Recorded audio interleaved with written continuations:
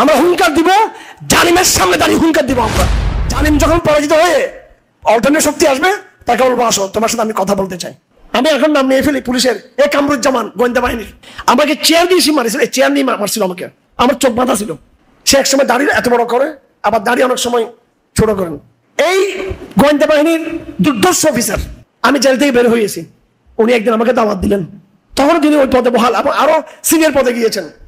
আমি একটা কিতাব নিয়ে গেছি তার কাছে, যে অফিসার কয়েক বছর আগে আমাকে চেয়ার দিয়ে পিটিয়েছে এবং তার সবচেয়ে কঠিন জিজ্ঞাসাবাদ আমি ছিলাম, আরো পুরো টিম সহ তার নেতৃত্বে।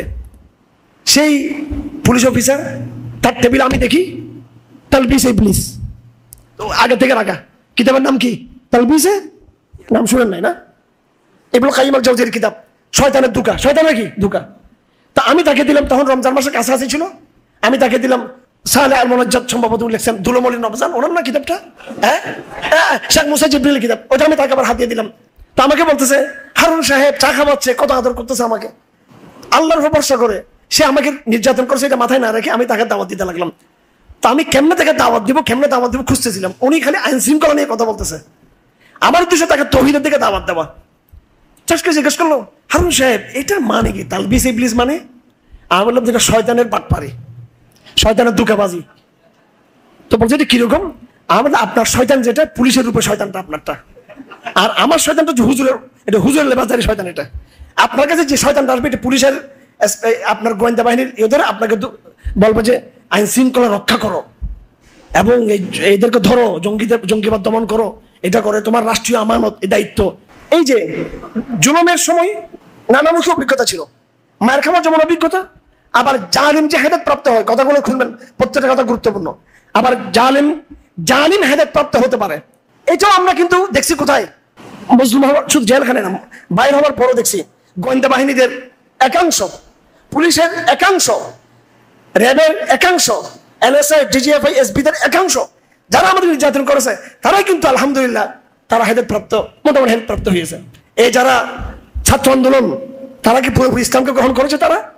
তারা কিছু আচরণ তাদের দেখা যাচ্ছে বিভিন্নভাবে, যেগুলো কিন্তু আমি এখন বলতে চাই না, তারা যেহেতু আমাদের সাথে সমন্বয় আছে, সেজন্য তাদের কিছু কিছু আচরণ ইসলামের পক্ষে যাচ্ছে না। ফ্রি ম্যাক্সিং, মেয়েরা কেন থাকবে? জুলুমের সময়, নির্যাতনের সময়, আপনারা জানেন এই জুমার আগের জুমায়, এটা চতুর্থ জুমা, একদম প্রথম জুমা থেকে আমরা স্পষ্ট কথা বলেছি। আপনারা খেয়াল করছিলাম না? এখানে আপনাদের সাথে উপস্থিত হয়েছে যে আমি ইসলামে পড়ি, মাদ্রাসার অনেক ছাত্র এখানে আছে। এই ছাত্ররা তারা আন্দোলন করেছে, তাদেরকে শিক্ষকরা কিন্তু তারা বারণ করছেন, সবাই বলছে তোরা সব গ্রেপ্তার হবি, সব ধ্বংস হবি। তাদেরকে কি কেউ বলছিল সেনাবাহিনী হাসিনা পতন হয়ে যাবে?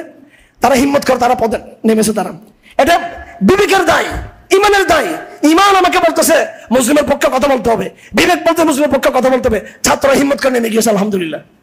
হ্যাঁ, আহত হয়েছে, গুলিবিদ্ধ হয়েছে ছেলেরা, পড়িয়া মাদ্রাসার ছেলেরা। সবাই তাদেরকে বলছে তোরা জঙ্গি, তোরা চরমপন্থী, তোরা ভুল করতেছস, তোদের সমস্যা আছে, তোরা কিন্তু সবাই ধ্বংস হবি।